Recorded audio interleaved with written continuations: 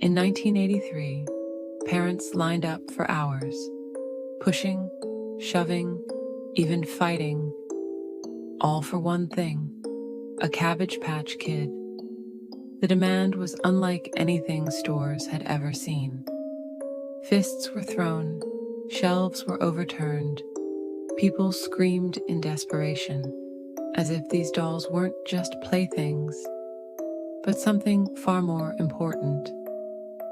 But what if I told you those dolls weren't just toys? What if I told you they were never meant to be sold at all? Before they were dolls, they were real children. Children who vanished. Children who were never seen again. It all started with the Mercer Orphanage, an old, crumbling home for abandoned children in Georgia. The kind of place built on sorrow, on forgotten names, on whispered cries in the night. According to town records, every child who lived there disappeared overnight. No signs of struggle, no bodies, just gone. Their belongings remained, their beds still warm. It was as if someone or something had erased them from existence. The orphanage shut down, and its history was buried. The records destroyed, the land left to rot. No one asked questions, no one searched for answers. Some things were better left forgotten. And for a while, it was forgotten. Until a man named Xavier Roberts came along. He claimed to have created the Cabbage Patch Kids, these wide-eyed, rosy-cheeked dolls that swept the nation. But those close to him knew the truth was far darker. You see, Xavier Roberts didn't create anything. He discovered something that should have stayed buried. There were whispers that Roberts had visited the abandoned Mercer Orphanage years before the dolls ever existed. Locals claimed they saw him wandering the ruins, speaking to no one, listening, waiting. And then the adoptions began. He wasn't making dolls. He was trapping souls. Each Cabbage Patch Kid was said to contain the spirit of a lost child. Their vacant stares, their perfectly stitched mouths, their adoption certificates. It was all part of a ritual to keep them bound. The public saw it as a marketing gimmick. Adopt your very own Cabbage Patch Kid. But they didn't understand what they were signing. The adoption papers weren't for the dolls. They were for the children inside them. The parents thought they were adopting toys, but in reality, the dolls were adopting them, watching them, learning from them. And sometimes they whispered back. I was 6 years old when I got mine. My parents told me I was lucky. They had waited outside a store all night to get it for me. I remember opening the box. I remember the way it smelled, faintly like dirt, like something that had been buried.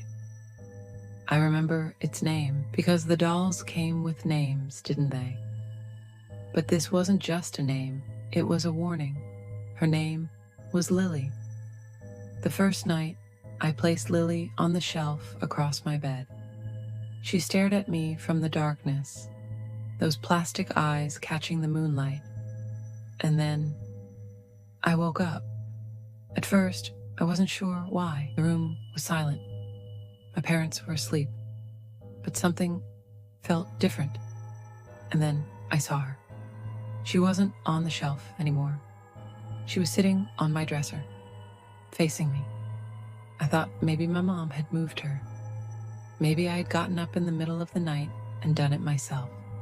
So I put Lily back. I tucked her in with my other toys and went to sleep. The next morning, she was on the dresser again. This time, she was smiling. I told my parents, but they laughed.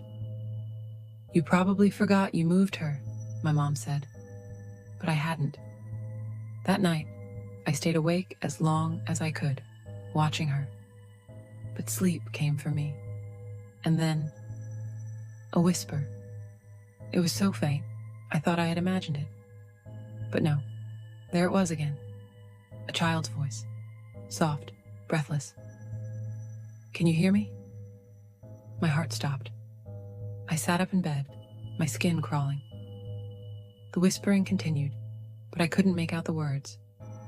And then, slowly, Lily's head turned toward me. I screamed.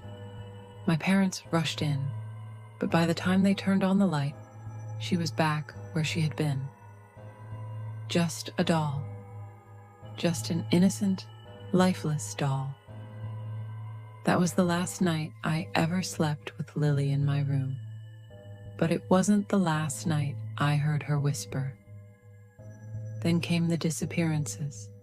Parents waking up to empty beds, doors still locked, windows untouched, just a single thing left behind.